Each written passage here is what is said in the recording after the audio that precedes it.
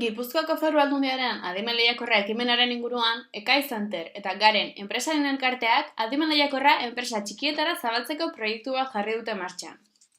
Adimen lehiakorrean input garrantzitsuena informazioa da. Egun, informazio eskuragartasun handia dugu, baina formazioa behar da informazio iturri egokiak detektatzen jakiteko. Hori dela eta, jarraian, enpresa txiki eta ertainei zuzenduriko informazio iturriak komentatuko ditugu. Informazio iturriak lehenago definitutako helburuen arabera antolatuko dira. Orokorrean, bi informazio iturri mota daude, enpresa barrukoak eta kanpokoak. Lehenik eta behin, enpresa barneko informazio iturriak komentatuko ditugu. Bezeroak. Hauen bidez, merkatuen informazioa lor dezakegu. Beraien nahi eta beharrak eta honek merkatu aukera berriak eskaintzen dizkigute. Lehiakideak. Enpresek, euren lehiakideek egiten dutena azter dezakete, askotan bezeroen bidez. Esaterako, eskaintza bat egiten dutenean, bezeroen feedbacka jasotzean, hau da, eskaintza onartu edo ez, jakin dezakete euren lehiakideen produktu, ordainketa mota edo prezioen informazioa. Era berean, lehiakidei buruzko informazioa lor dezakete euren web orriak edo sare sozialak jarraituz. Alderantzizko ingenieritza. Lehiakideen produktuak zehatz-mehatz aztertzean datza. Foro edo azoketara asistentzia. Hornitzaileak. Informazio bilaketan pasiboak direnak, hornitzaileen bidez ezagutzen dituzte merkatuko berrikuntzak. Horregatik, garrantzitsua da hornitzaileekin harreman estuak izatea. Elkarteak. Esaterako, askotan intereseko informazioa bidaltzen dute newsletterren bidez.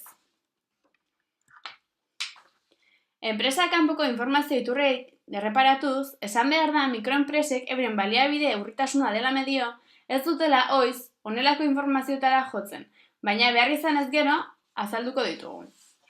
Administrazio publikoak. Internet, argitalpen eta sare sozialak. Iturri hauen lehen abantaila informazio eskuragartasuna da.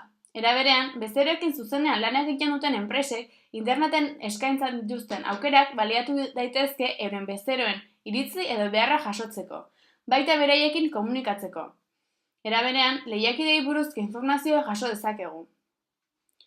Finantza, lan edo zerga aholkulariak. Finantza erakundeak.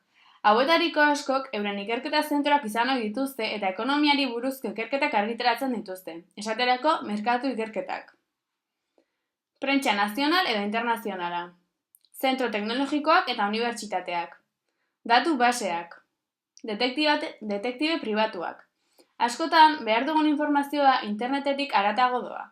Mikroenpresen kasuan, eurei zuzenduriko informazioa mugatua da interneten. Kontuan izan behar da, detektibe pribatuen lana legezkoa eta arautua dela. Jarraian, informazio iturri adibideen ezberdinak aipatuko ditugu. Berriak, Yahoo News, Google News, patenteak, SpaceNet, Wipo edo Lens. Zientzia argitalpenak, Science Direct, Google Scholar, Scopus edo Web of Science. Arauak, Beuz.